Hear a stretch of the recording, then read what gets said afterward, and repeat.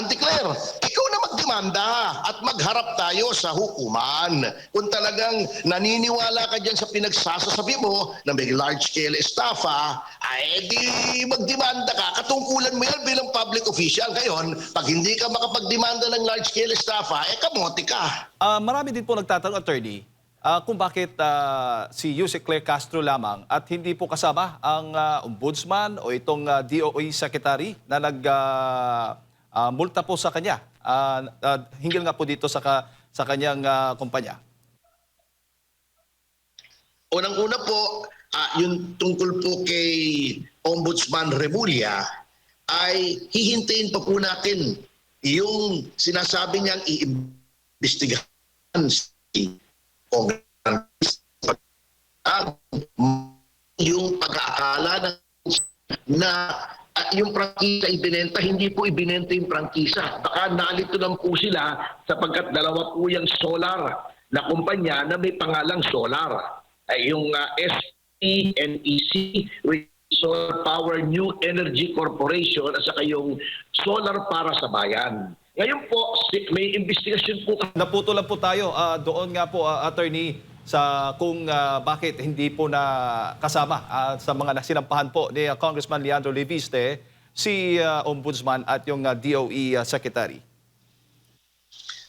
Yun naman po sa Department of Energy, yun po ay by administrative remedies naman po kami. Sapagkat baka po akala ng iba, since napatawan po ng 24 billion na multa, yun na yun at kailangan bayaran. Yan po ay mayroon pang administrative proceedings. Pwede pa po kami diyang mag-question kung bakit 24 billion. Pwede po kaming humingi ng third-party technical audit para malaman kung saan kinuha yung 24 billion at pwede pa rin po kami mag-motion for reconsideration at may mga depensa. At kung kinakailangan po, iyan naman po ay pwede pa rin dumating sa hukuman. Sapagkat pwede pa rin i-review ng hukuman ang kahit anong gawain ng Department of Energy or any department under the expanded judicial powers of review of the Supreme Court sa ilalim ng ating bagong saligang batas.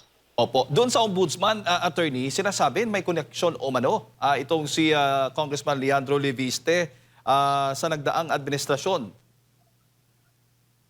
Opo, yun ang pinalalabas nila, ay yun po rin ang lalong inamplifier ni Yusek Claire Castro. Actually, ito pong kanyang vlog o podcast na subject nitong aming demanda sa Balayan ay isa lamang po yan. May 15 na po na mga vlogs si Auntie Claire na walang ginawa kundi sirain ang reputasyon ni Congressman Leandro Leviste. At ito ay nagsimula lamang noong inilabas ni Congressman Leviste yung tinatawag na Cabral Files.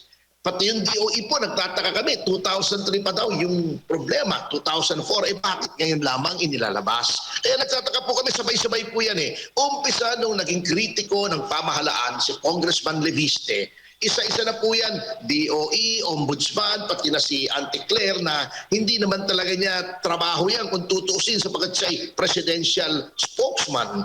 Ay nagtataka po kami kung bakit they're all ganging up on Congressman Leviste. Po. So ang ibig sabihin, possible po, attorney, sa nakikita po ninyo, yung magiging senaryo nito ay matutulad doon kay Congressman Kiko Barzaga na matanggal dyan sa Kamara. Parang ganun po, attorney.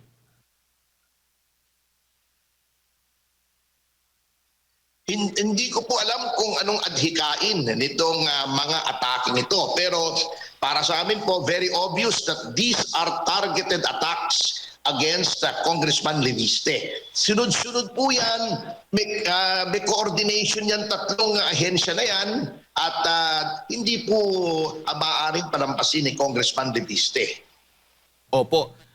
Attorney, ang sinasabi, ang solar energy franchise ipinagkaloob noong 2019 sa ilalim ng Duterte administration. Sa legal ba na perspective, attorney, sapat bang basihan yung timing ng pagkakaloob ng prangkisa para maghinala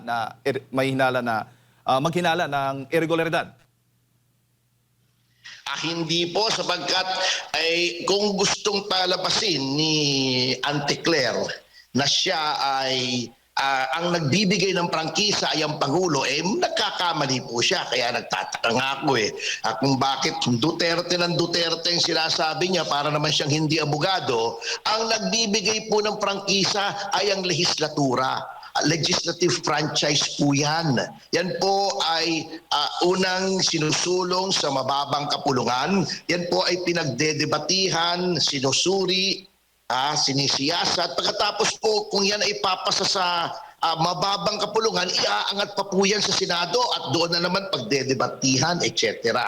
At sa aming records po ay pumasa naman to sa Senado. And then, saka po lalagdaan ng Pangulo kung wala namang masama. At ito pong proyektong ito, kahit nagpalit na po yung administrasyon, ang nagpasinaya po rito ay si Pangulong Bongbong Marcos. At talagang pangampuri niya rito sa proyektong ito.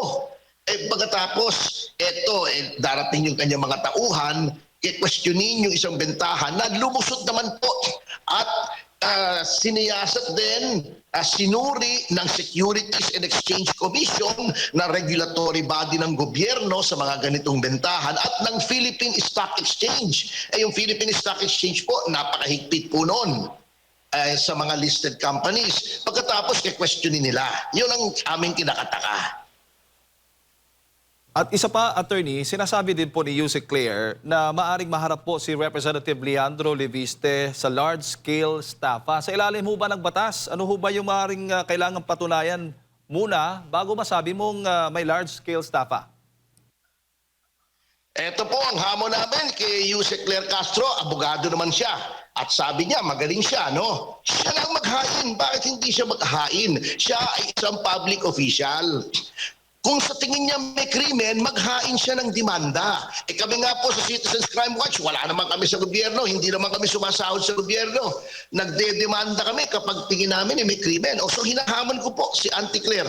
Auntie Claire, ikaw na magdemanda at magharap tayo sa hukuman. Kung talagang naniniwala ka dyan sa pinagsasasabi mo na may large-scale estafa, di magdemanda ka. Katungkulan mo yan bilang public official. Ngayon, pag hindi ka makapagdemanda ng large-scale estafa, kamote ka.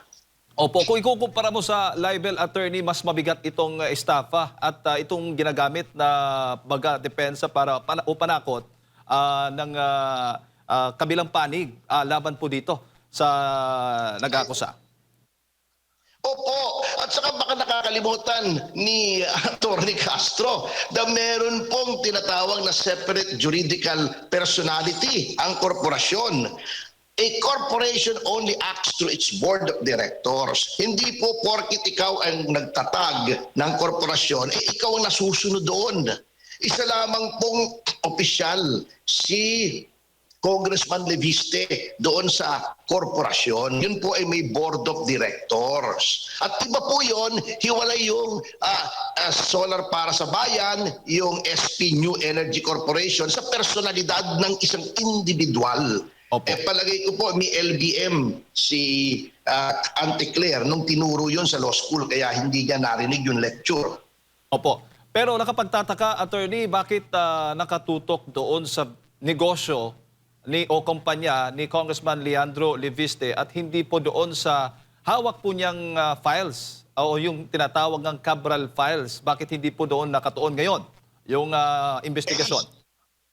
Wag na po tayo magtaka, talagang nililihis po nila yung usapin sa tungkol dyan.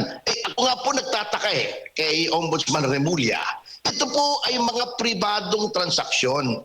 At tulad po ng paulit-ulit naming sinasabi, hindi po prangkisa ang involved dito. Wala pong nagbenta ng prangkisa rito. Yung may hawak po ng prangkisa, yung Solar para sa Bayan, ay hiwalay pong kumpanya doon sa SP New Energy Corporation. Nagkataon lamang na itong dalawang ito ay parehong may kaugnayan kay Congressman Leviste at may solar sa kanilang pangalan. Ngunit wala pong prangkisa rito, walang government na transaction ito, wala pong kontrata sa gobyerno yung pagbenta ng SPNEX sa Meralco na isa ring pribadong korporasyon. So bakit sumasawsaw ang ombudsman. Alam nyo, nagkakamot na lang po tayo ng ulo dito pagka nagsalita si Ombudsman Remulla Attorney, bago ko lang ipasa kay Partner Admar,